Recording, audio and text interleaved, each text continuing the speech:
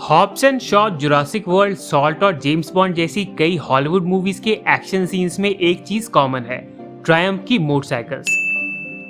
Triumph Britain की सबसे बड़ी और सबसे पॉपुलर मोटरसाइकिल मैन्युफैक्चरिंग कंपनी है, इसीलिए पूरे यूके और दुनिया के कई दूसरे देशों में भी ट्रायम्फ बाइक्स खूब पसंद की जाती हैं। हेलो राइडर्स, ये है द ड्रूक राइडर शो और इस वीडियो में हम बात करने वाले हैं ट्रायम्फ की हिस्ट्री और इनकी कुछ अमेजिंग बाइक्स के बारे में। So let's begin. Generally Triumph brand को उनकी पावरफुल रोडस्टर, एडवेंचर और क्लासिक बाइक्स के लिए जाना जाता है, पर सरप्राइजिंगली ट्रायम्फ कंपनी की शुरुआत सिलाई मशीन बनाने से हुई थी। Seriously? 1885 में सिगफ्रिड बैटमैन 1885 में सिगफ्रिड बीटमैन ने ट्रायम्फ इंजीनियरिंग कॉर्पोरेशन लिमिटेड की शुरुआत की थी। ये कंपनी सिलाई मशीन्स इंपोर्ट करके उन्हें अपने ब्रांड नेम ट्रायम्फ के साथ बेचती थी और कुछ सालों बाद ये कंपनी साइकिल्स भी बेचने लगी। मोटरसाइकिल मार्केट में ट्रायम्फ की एंट्री 1902 में हुई, जब इन्होंने अपनी एक साइकिल के फ्रेम में बेल्जियम से इंपोर्ट किया हुआ मिनर्वा इंजन लगाकर बनाई गई ट्रायम्फ नंबर 1 को लॉन्च किया। ये बाइक मार्केट में सक्सेसफुल रही और जल्द ही इसकी 500 से ज्यादा यूनिट्स बिक गई। इस सक्सेस से इनकरेज होकर ट्रायम्फ ने मोटरसाइकिल बिजनेस में और आगे निकलने के लिए नई फैक्ट्री सेटअप की और अपनी पहली मोटरसाइकिल ट्रायम्फ नंबर 1 से बेटर और पावरफुल बाइक बनाने में लग गए। धीरे धीरे ट्रायम्फ ने अपनी बाइक्स के लिए खुद से ही इंजन्स और दूसरे पार्ट्स भी बनाना शुरू कर दिया।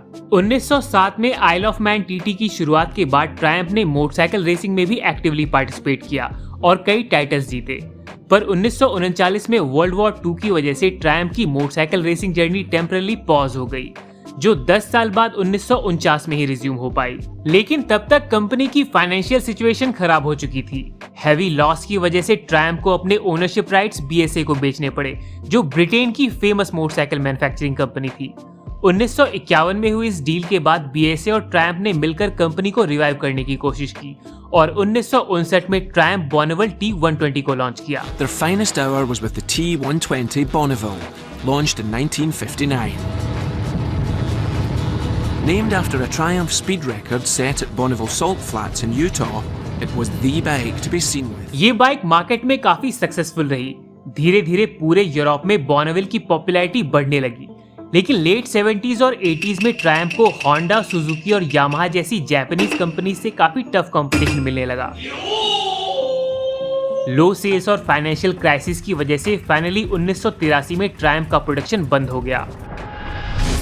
इसके बाद ब्रिटेन के अमीर बिजनेसमैन जॉन ब्लोर ने ट्रायम्फ को खरीद लिया और इनकी मोटरसाइकिल फैक्ट्री को तोड़कर उनकी जगह हाउसिंग अपार्टमेंट्स बनाने लगे। जॉन ब्लोर की ओनरशिप के शुरुआती सालों में ट्रायम्फ बाइक्स लगभग एक्सटिंक्ट ही हो गई थी, क्योंकि जॉन ब्लोर को मोटरसाइकिल्स में कोई इंटरेस्ट नहीं था, उन्हें चाहिए था सिर्फ पैसा। लकीली कुछ सालों बाद जॉन को मोटरसाइकिल बिजनेस में बड़ा स्कोप दिखा और उन्होंने 1990 में ट्रायम्फ के मोटरसाइकिल बिजनेस को फिर से ट्रैक पर लाने के लिए हेविली इन्वेस्ट करके हिंकली में नई मैन्युफैक्चरिंग फैसिलिटी शुरू की और मार्केट में ट्राइडेंट 750, ट्राइडेंट 900, डेटोना 750, डेटोना 1000 और ट्रॉफी 900 जैसी शानदार बाइक्स लॉन्च की। इन बाइक्स की वजह से धीरे धीरे ट्रायम्फ की सेल्स इंक्रीज होने लगी। 1995 आते आते कंपनी ने नॉर्थ अमेरिकन मार्केट तक एक्सपैंड कर लिया और 1997 में लगभग हर इंटरनेशनल मार्केट में ट्रायम्फ की बाइक्स बिकने लगी। जॉन ब्लोर की लीडरशिप और ट्रायम्फ के एक्सपर्ट्स की कड़ी मेहनत की वजह से फाइनली सन 2000 में ट्रायम्फ मोटरसाइकिल्स एक बार फिर से प्रॉफिटेबल हो गई और 2003 में Isle of Man TT super sport championship जीतकर अपनी ग्लोरी को फिर से रीगेन किया। अगले ही साल ट्रायम्फ ने थ्रुक्सटन 900 को लॉन्च किया, जो एक कैफे रेसर बाइक थी। इसमें 865 सीसी का DOHC डबल सिलेंडर इंजन था, जो 68 bhp की मैक्सिमम पावर और 72 न्यूटन मीटर टॉर्क प्रोड्यूस करता था। 60s की टिपिकल कैफे रेसर स्टाइलिंग वाली ये बाइक लोगों को काफी पसंद आई। इसके साथ ही ट्रायम्फ ने रॉकेट 3 को भी लॉन्च किया, जो 2294 सीसी डिस्प्लेसमेंट के साथ दुनिया की सबसे बड़े इंजन वाली मोटरसाइकिल थी। The Rocket 3 is absolutely unique. The biggest motorcycle engine on the planet. Triumph ने प्राइमरली इसे अमेरिकन मार्केट में हार्ली डेविडसन बाइक से कम्पीट करने के लिए बनाया था, लेकिन अमेरिकन्स को ये बाइक कुछ खास पसंद नहीं आई। इसके बाद 2006 में ट्रायम्फ ने डेटोना 675 को लॉन्च किया। ये ट्रायम्फ की पहली 3 सिलेंडर सुपर स्पोर्ट बाइक थी।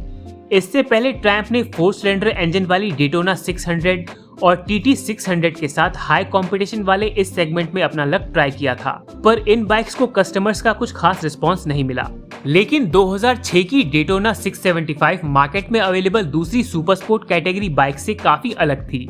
इसमें लाइट वेट चैसी के साथ 675 सीसी का 3 सिलेंडर इंजन था जो 128 bhp की मैक्सिमम पावर प्रोड्यूस करता था। अच्छे पावर टू वेट रेशियो और पंची इंजन की वजह से डेटोना 675 की परफॉर्मेंस काफी क्विक और निम्बल थी, यानी कि ये बाइक थ्रॉटल इनपुट्स पर काफी तेजी से रिस्पॉन्स करके क्विकली एक्सेलरेट करती थी।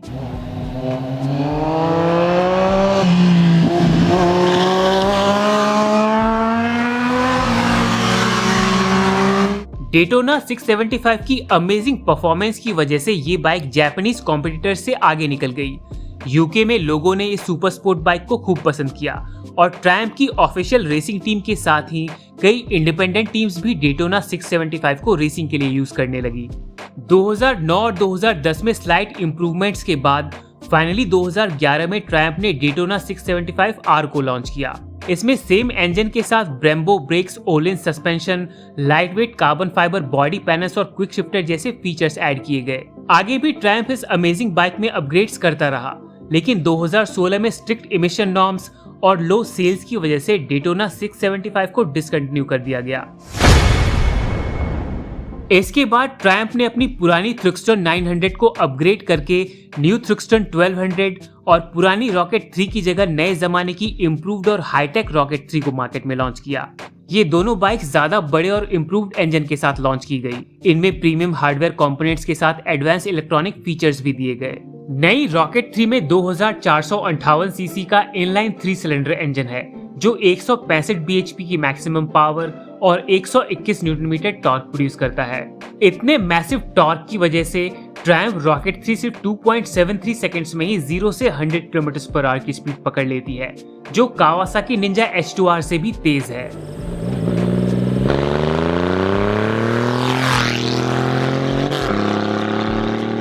ये बाइक एक जबरदस्त पावर क्रूजर है जो अपने unique 2458 CC triple cylinder engine, single sided swing arm और लो स्लंग राइडिंग पोस्चर की वजह से दूसरी पावर क्रूजर से काफी अलग है।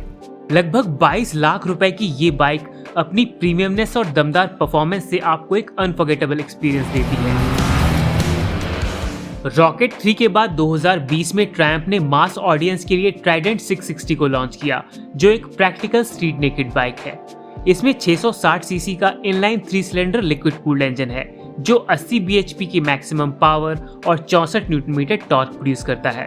41 mm inverted separate function front focus, preload adjustable rear monoshock और 17 इंच एल्यूमिनियम व्हील्स जैसे हार्डवेयर कंपोनेंट्स के साथ इस बाइक में switchable traction control, by directional quick shifter, hybrid instrument cluster, riding modes और फुल LED लाइटिंग जैसे electronic features भी हैं।